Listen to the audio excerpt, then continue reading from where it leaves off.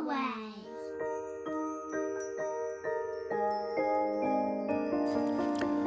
'Twas the night before Christmas, when all through the house not a creature was stirring, not even a mouse.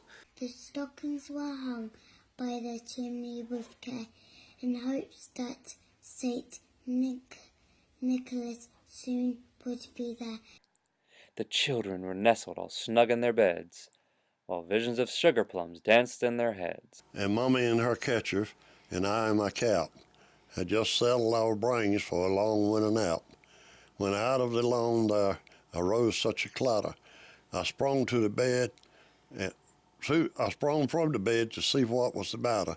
Away in the window I flew like a slash, torn open the shadows and threw up the sash. The moon on the breast of the new fallen snow gave the lustre of midday to objects below.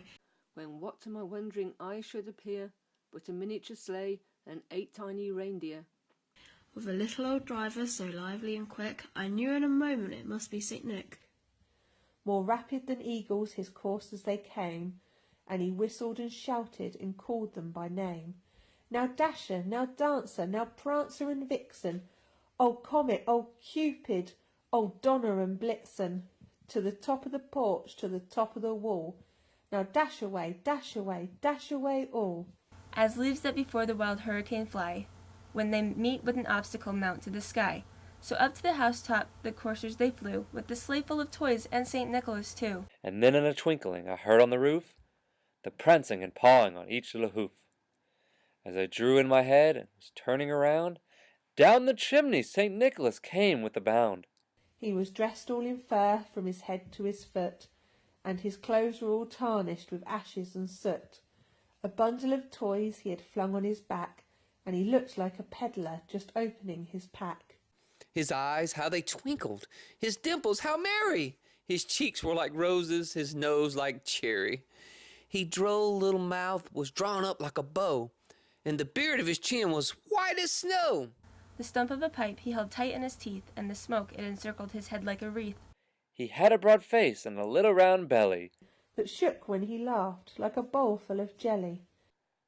He was chubby and plump, a right jolly old elf. And I laughed when I saw him in spite of myself. A wink of his eye and a twist of his head soon gave me to know I had nothing to dread.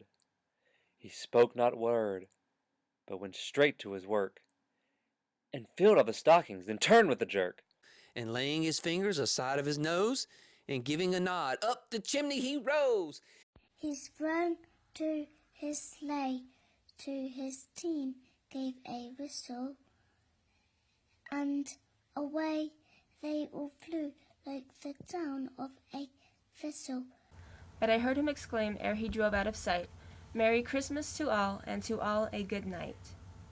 But I heard him explain, or he drove out of sight, Happy Christmas to all, and to all a good night. But I heard him exclaim ere he drove out of sight, Happy Christmas to all, and to all a good night.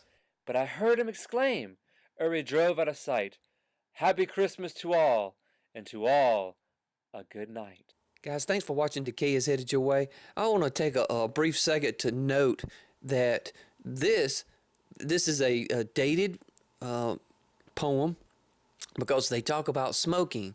You know, back in the day before they knew smoking was hazardous to our health, they promoted it because it was, you know, it was cute. But you wouldn't see that in today's literature. Thanks for watching. Merry Christmas.